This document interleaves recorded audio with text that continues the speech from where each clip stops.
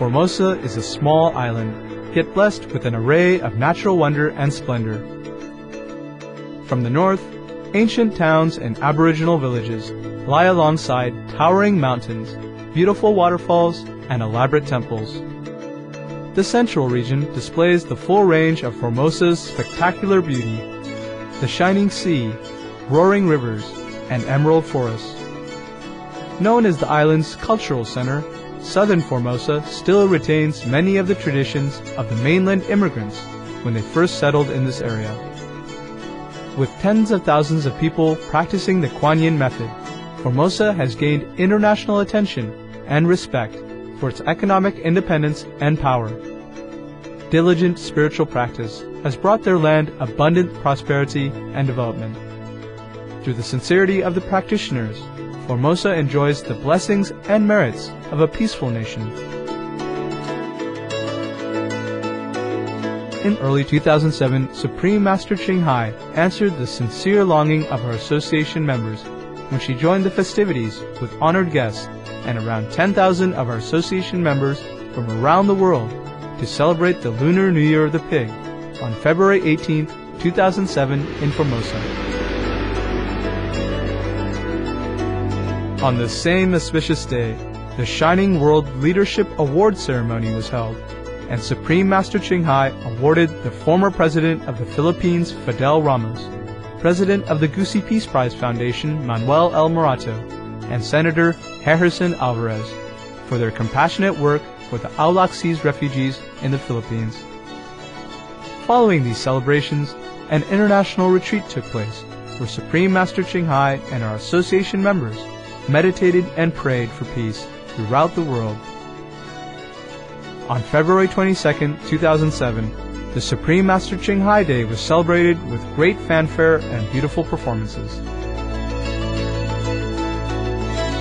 We now invite you to listen to a discussion between Supreme Master Ching Hai and our association members entitled The Unsurpassed Benefit of Taking Refuge in the Buddha in February 1996 in Shihu, Formosa.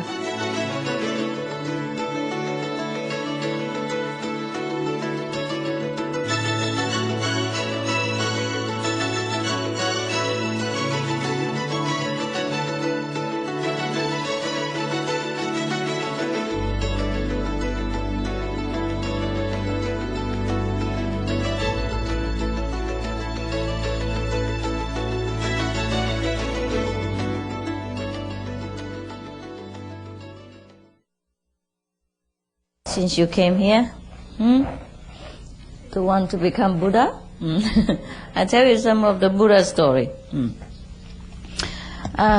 First I have heard, it's always begin like that with Buddhist story. It means that the story he has heard from someone else and reproduced it for the later generation or the later audience. It doesn't mean that he has made up the story himself. Anand is supposed to be the best computer of the Buddha, his story, all the story in the disk inside, and whenever people want, just push the button, it comes out. So he say that he has heard this story because he has been with the Buddha all the time, and so whatever he heard, he recorded, and then now he spoke it out again. Spoke it out again for the sake of other audience, yeah? So that means the story is true, the true story. Now, Ananda began the story like this. Thus I have heard at one time the Enlightened One was residing in the city of Sravasti at the Chetavana monastery in Anatakapikindekakapak together with a great assembly of 1,250 monks. At that time, in that city, there was born to the wife of a householder a son who was so handsome and comely that one never tired of looking at him. I used to have such a son like that. And who, through the power of former virtues and to the astonishment and delight of his parents, produced 2 golden coins. Each time he clenched his fist together and opened them. When the parents took the coins, 2 more would appear. And soon the house was filled to overflowing with golden coins. The child was given the name of Golden Gem. So when the boy came of age, he begged his parents to allow him to become a monk. And attaining their consent, went to the Buddha, bowed his head at his feet, and requested ordination.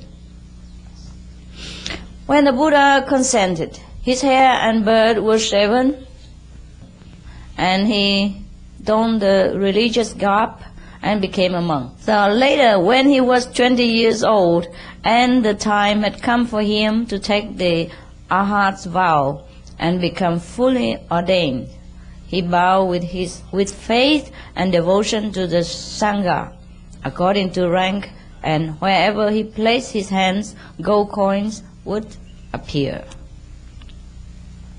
After being fully ordained, he applied himself and through meditation became an Arhat, never come back again to this world. When people say, never come back to this world again, it doesn't mean that he disappeared into nowhere, but it means that he has been liberated forever from the illusionary world, the world of deceit and falsehood, the world of suffering and transmigration. Because there's only one world actually, one universe. But if we are not enlightened, we will be trapped in such kind of illusionary dream that we can never get out. And in that dream there are all kind of suffering and mischievous events which make people toil hard day and night and never can get out. And in the end, exhaust himself and tired his soul, and he never know where his origin is. So that is the meaning of going away from this world, because this world is supposed to be the world of illusion. That is why when you meditate deeply and you enter samadhi, you don't see anything exist in this world anymore. Not even your own body, not even the body of the one next to you in the meditation hall. Is that right? And then you just see a sea of light, and you merge yourself in the sea of love, and you feel nothing needed, nothing wanted, and nothing that's to desire, nothing that you don't have, and you would love to stay in that stage forever. That is when you get out of this world. Doesn't mean you go anywhere or do anything else. Ananda asked the Buddha at that time, "O Lord, this monk by the name of Golden Gem or Golden Coin, what former good deeds did he do so that from the time of his birth until now, gold coins appear inexhaustibly in his hands? I request the Lord to explain the cause of this." So the Buddha said, "Listen well, Ananda, and bear it well in your mind. I shall explain it to you."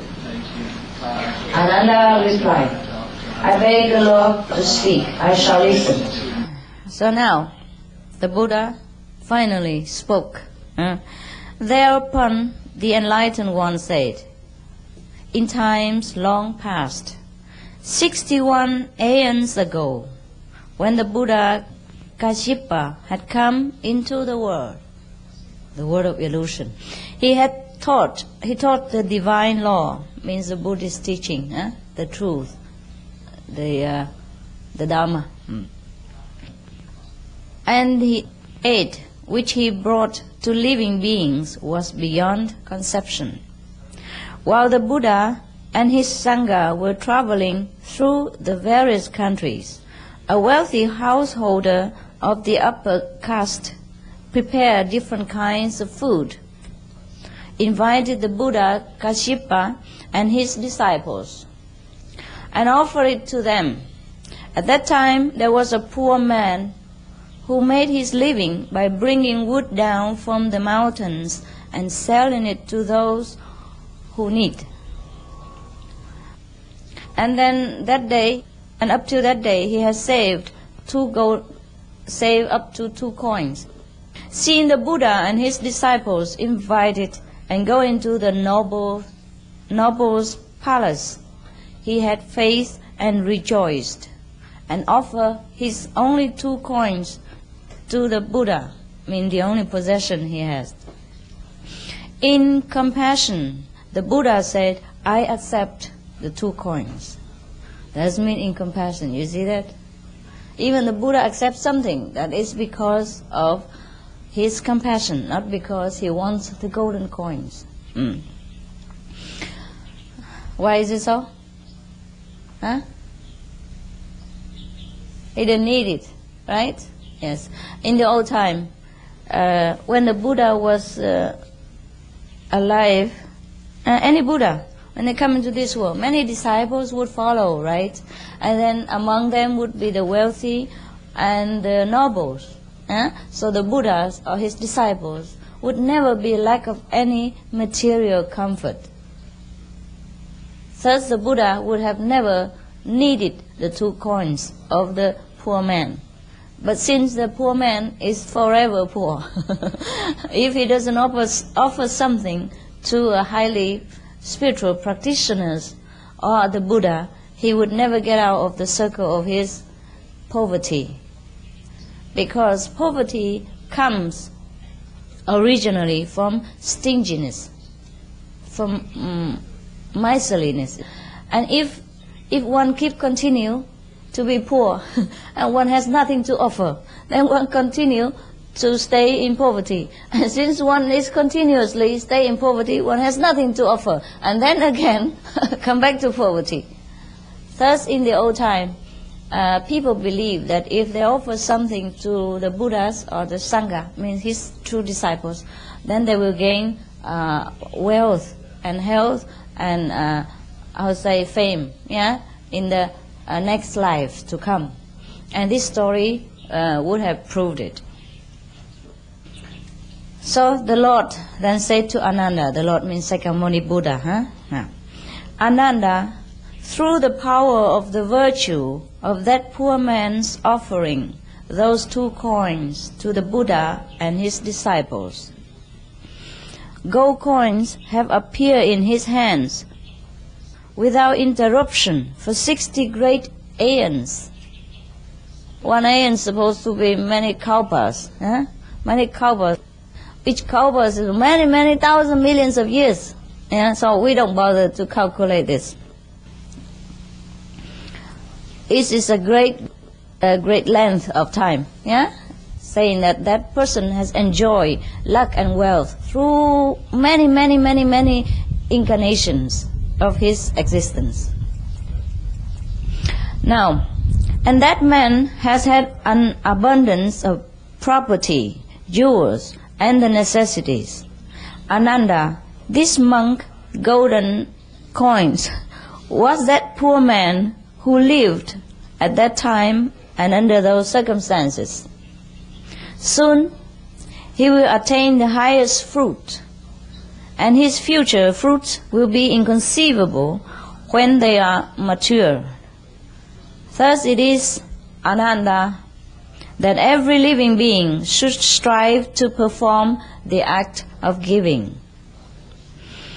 Thereupon Ananda and many of the assembly, hearing the Buddha's word, had faith and belief.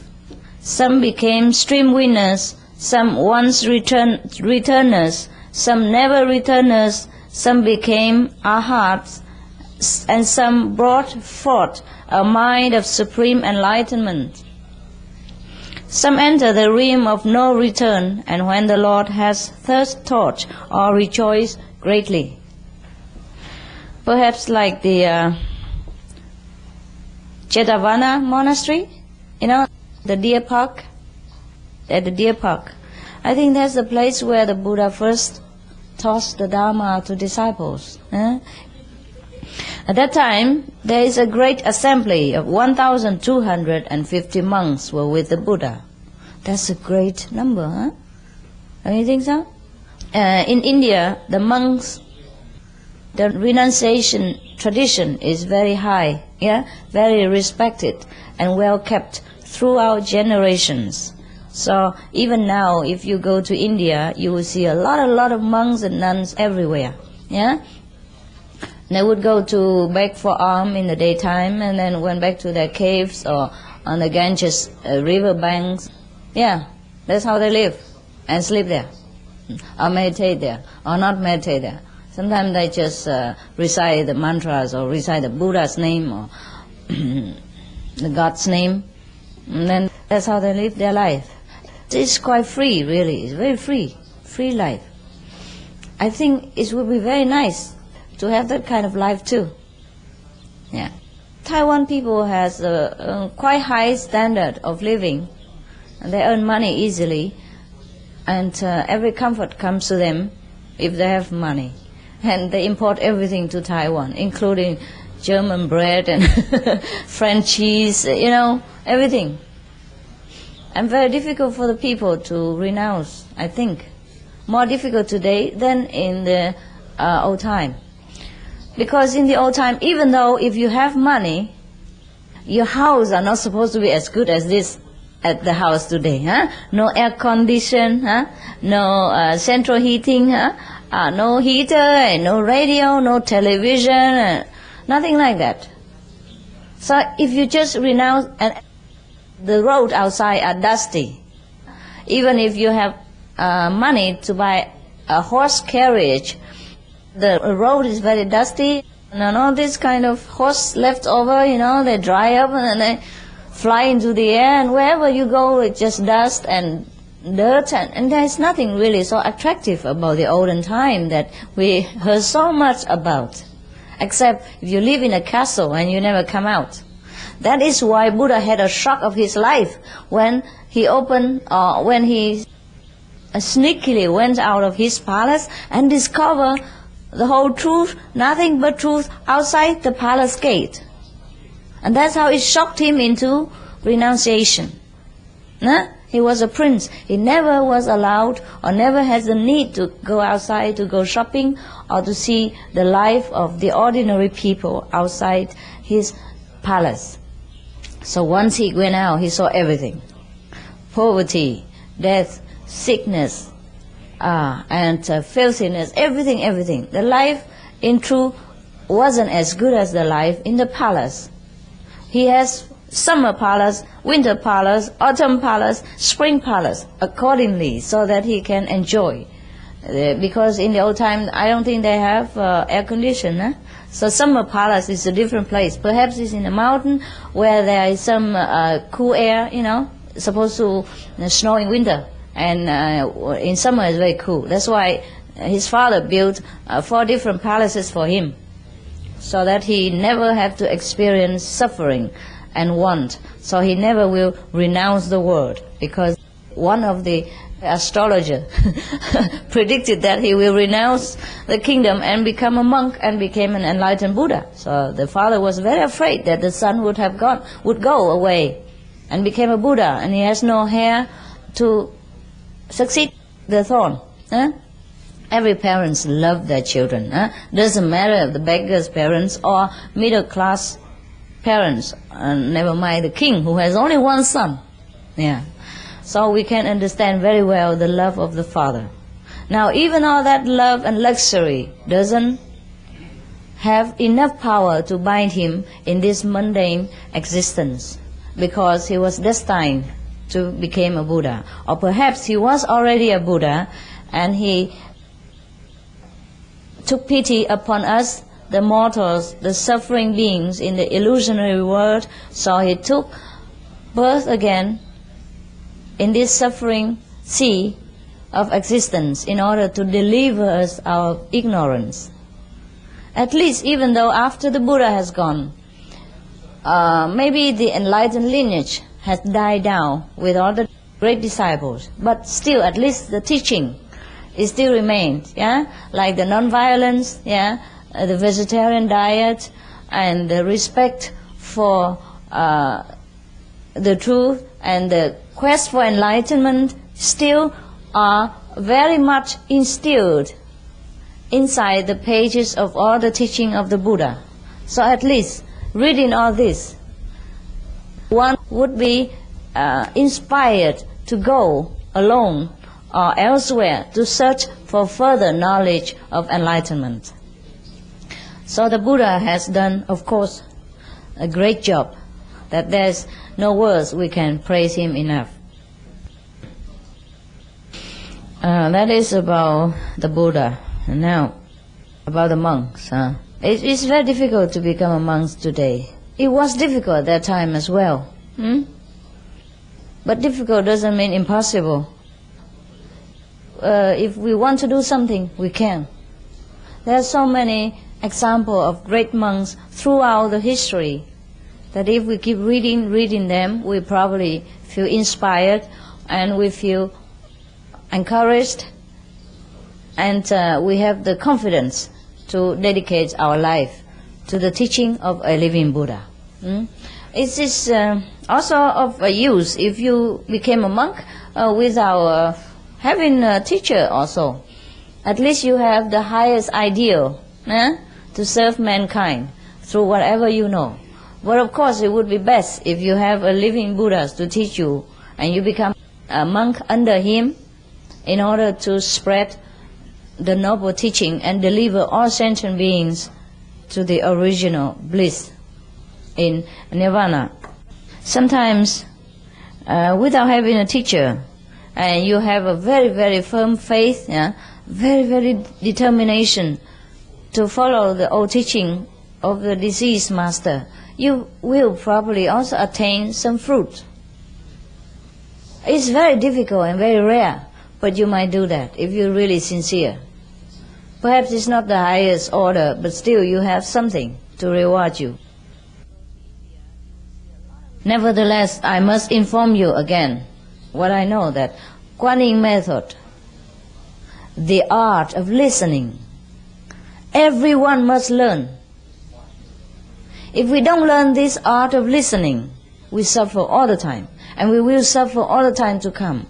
Doesn't matter if we will be reborn in heaven after we die or not, we still have to come back and suffer again.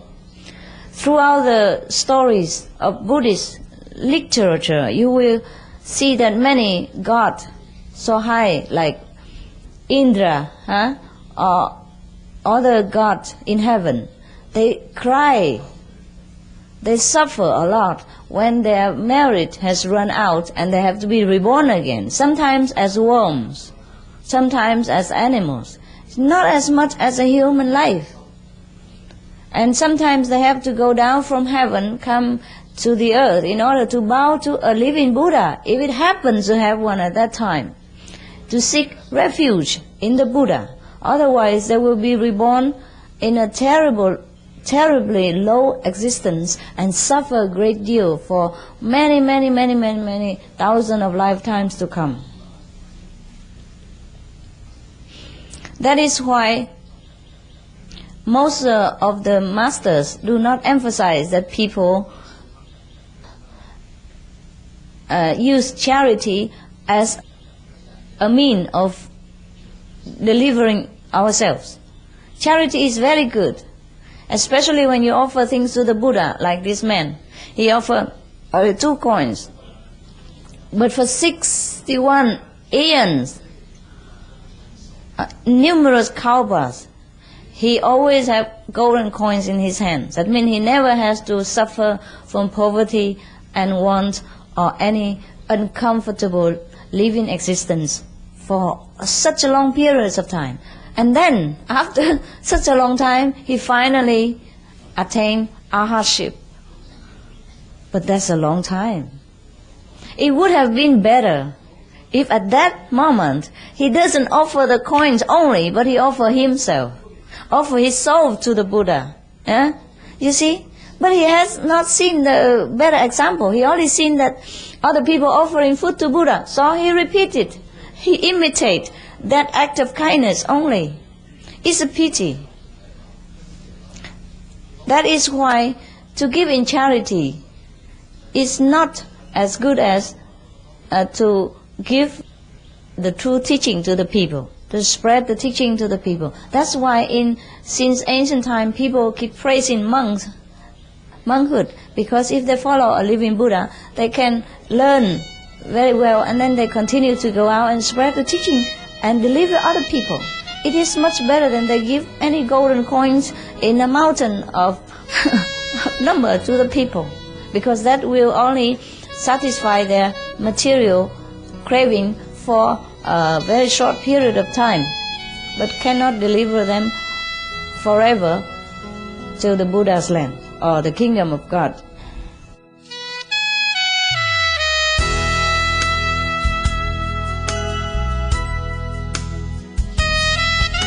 Thanks for joining us today on Between Master and Disciples.